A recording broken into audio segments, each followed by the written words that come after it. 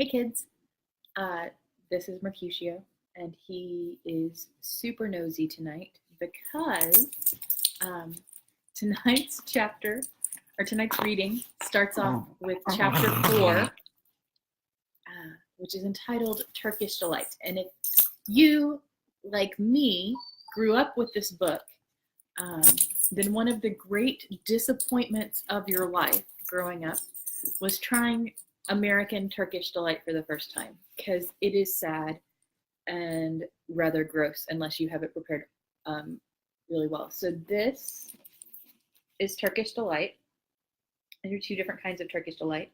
And Turkish Delight is just, I'm going to eat it so he doesn't eat it. Turkish Delight is just corn syrup, or it's just syrup and corn flour or cornstarch mixed together.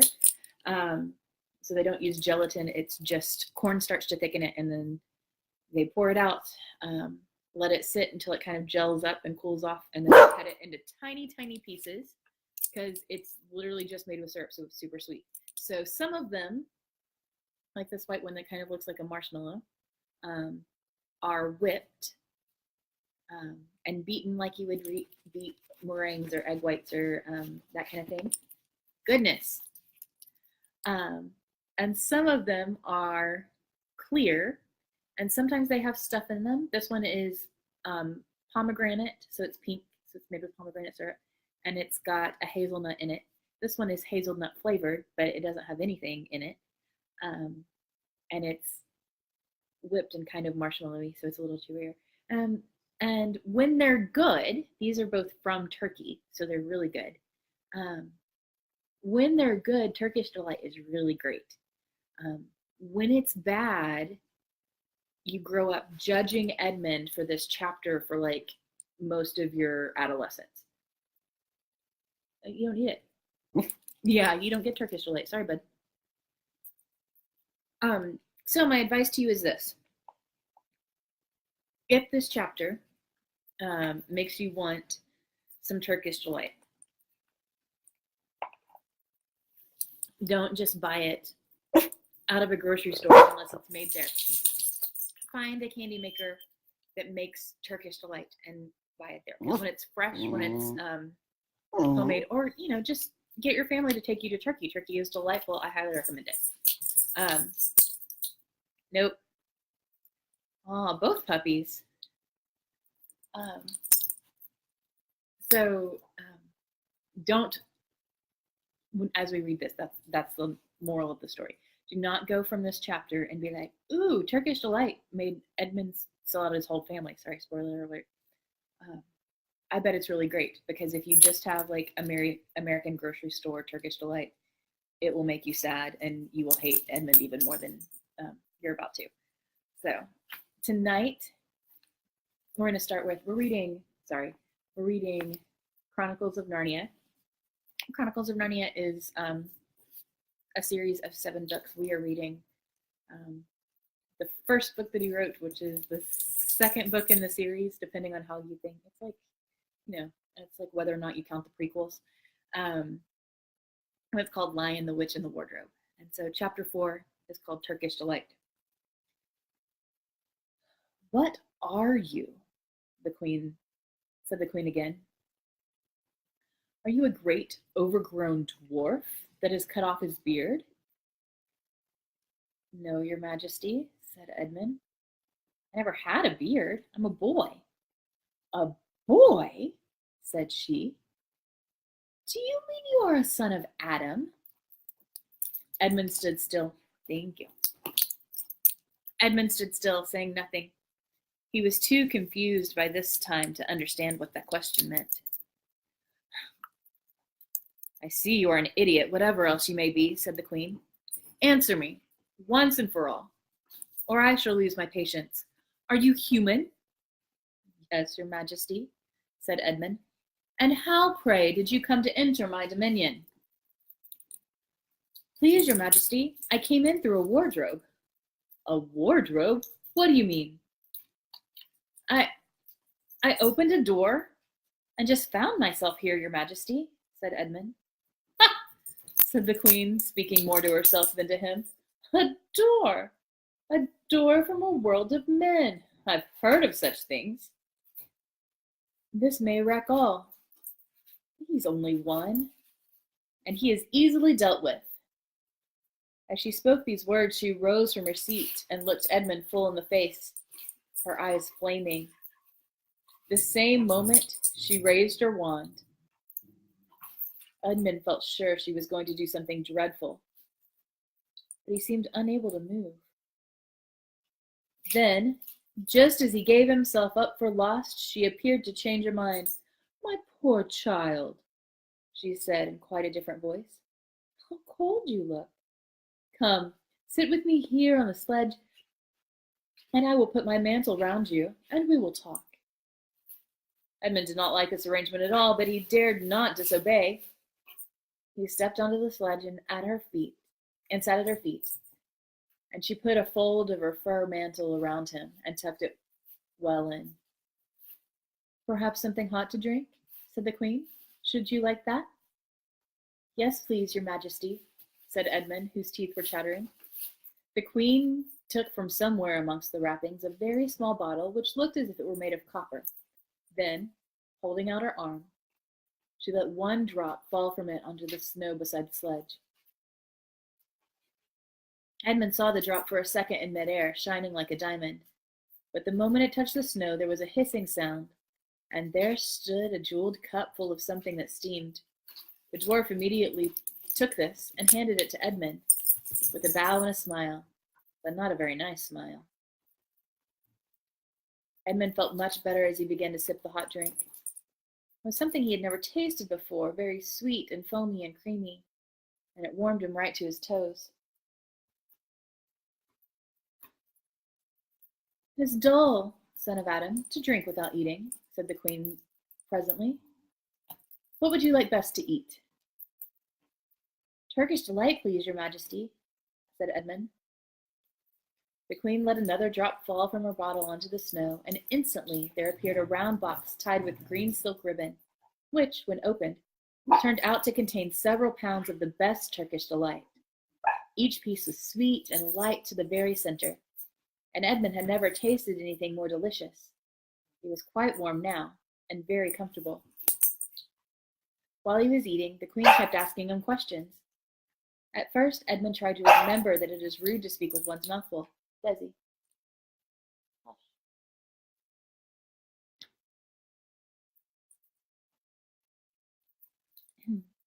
At first, Edmund tried to remember that it is rude to speak with one's mouth full, but he soon forgot about this and thought only of trying to shovel down as much Turkish delight as he could. And the more he ate, the more he wanted to eat. And he never asked himself why the queen should be so inquisitive. She got him to tell her that he had one brother and two sisters, that one of his sisters had already been to Narnia and met a fawn there, and that no one except himself and his brother and his sisters knew anything about Narnia. She seemed especially interested in the fact that there were 4 of them, and kept coming back to it. "You're sure there are just 4 of you?"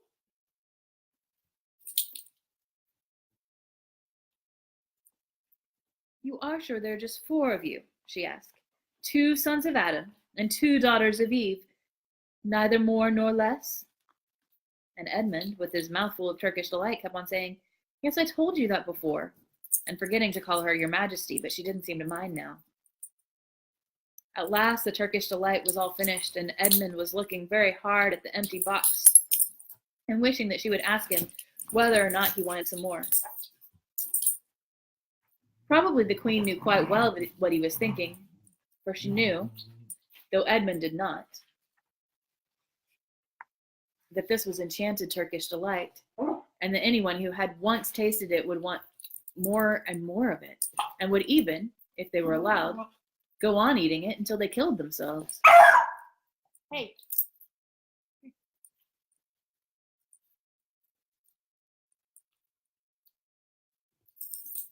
But she did not offer him any more.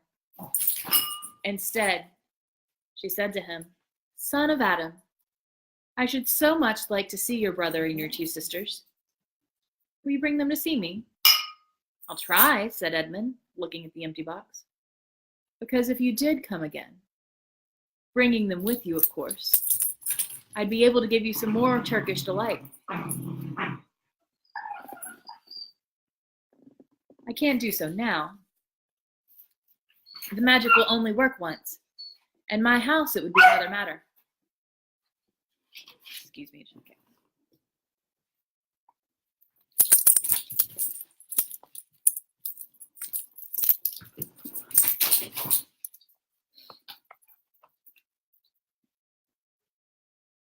Why can't we go to your house now? Said Edmund. When he had first got on the sledge, he had been afraid that she might drive away with him to some unknown place which he would not be able to get back.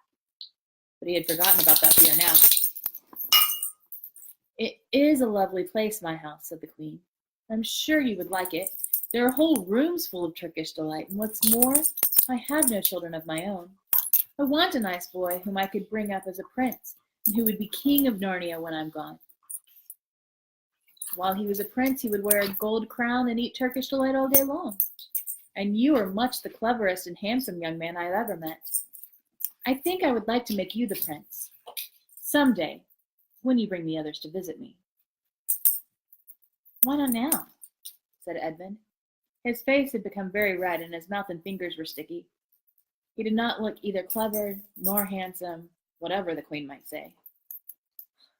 But if I took you there now, she said, I shouldn't see your brother and your sisters, and I very much want to know your charming relations. You are to be the prince, and later on the king. That is understood. But you must have courtiers and nobles. I will make your brother a duke and your sisters duchesses. There's nothing special about them, said Edmund, and anyway, I can always bring them at some other time. But once you were at my house, said the Queen, you might forget all about them. You would be so enjoying yourself so much that you wouldn't want to bother going to fetch them. No, you must go back to your own country now and come to me another day with them. You understand. It's no good coming without them. But I don't even know the way back to my own country, pleaded Edmund. That's easy, answered the Queen. Do you see that lamp? She pointed with her wand, and Edmund turned and saw the same lamppost under which Lucy had met the fawn. Straight on, beyond that, is the way to the world of men. And now look the other way. Here she pointed in the opposite direction. And tell me if you can see two little hills rising above the trees. I think I can, said Edmund. Well, my house is between those two hills. So next time you come, you only have to find the lamppost and look for those two hills and walk through the wood until you reach my house. But remember, you must bring the others with you. I might have to be very angry with you if you did come alone. I'll do my best, said Edmund. And, by the way, said the Queen, you needn't tell them about me. It would be fun to keep it a secret between us two, wouldn't it? Make it a surprise for them. Just bring them along to the two hills. A clever boy like you will easily think of some excuse for doing that. And when you come to my house, you could just say, let's see who lives here, or something like that. I'm sure that would be best. If your sister has met one of the fawns, she might have heard strange stories about me, nasty stories that might make her afraid of me. Fawns will say anything, you know. And now, please, please, said Edmund suddenly, please, couldn't I just have one more piece of Turkish delight to eat on the way home? No, no, said the Queen with a laugh. You must wait until next time. And when she spoke, she signaled the dwarf to drive on. But as the sledge swept away into the night, the Queen waved to Edmund, calling out, next time, don't forget, come soon.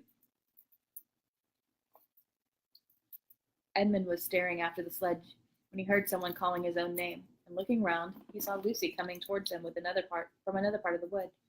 Oh, Edmund, she cried, so you got in too, isn't it wonderful? And now, all right, said Edmund. I see you were right, and it is a magic wardrobe after all. I'll say I'm sorry if you like. But where on earth have you been all this time? I've been looking for you everywhere.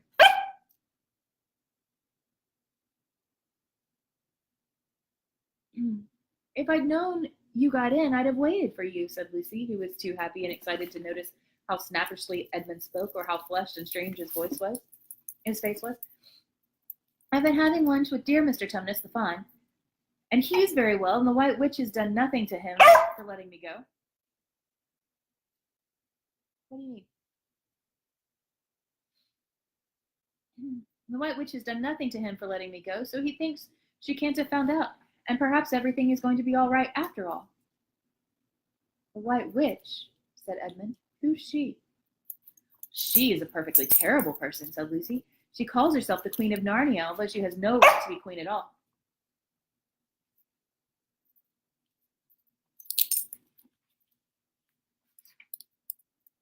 She calls herself the Queen of Narnia, though she has no right to be queen at all. And all the fauns and dryads and knights and dwarfs and animals, at least all the good ones, simply hate her. She can turn people into snow. Hey! She can turn people into stone and do all kinds of horrible things. And she has made a magic so that it is always winter in Narnia. Always winter, but it never gets to Christmas. She drives around on a sledge, drawn by a reindeer, and her wand in her hand and a crown on her head. Edmund was already feeling uncomfortable from having eaten too many sweets. And when he heard that the lady he had made friends with was a dangerous witch, he felt even more uncomfortable. But he wanted to taste that Turkish delight again more than he wanted anything else. Who told you all that stuff about the White Witch? He asked. Mr. Tumnus the Fawn, said Lucy. You can't always believe what fawns say, said Edmund, trying to sound as if he knew far more about them than Lucy. Who said so? Asked Lucy. Everyone knows it, said Edmund. Ask anybody you like. But it's pretty poor sport standing there in the snow. Let's go home.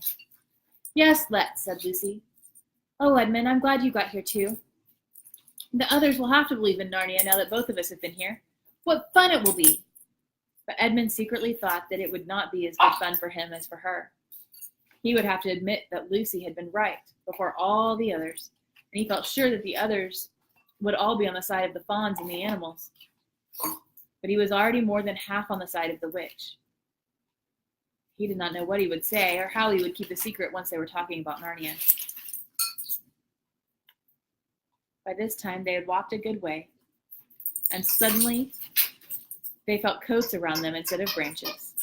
And the next moment, they were both standing outside the wardrobe in an empty room. I say, said Lucy, you do look awful. Edmund, don't you feel well? I'm all right, said Edmund. But this was not true. He was feeling very sick. Come on then, said Lucy. Let's find the others. What a lot of adventures we shall have to tell them we shall have now that we're all in it together. All right, I clearly need to play with the puppy who is going to squeak that squeaky toy until forever. But tomorrow we will read again. We'll do chapters 5 and 6, and we'll read earlier because Ash Wednesday stuff starts at 5:45. So we'll start reading at 5 from my office. See you tomorrow.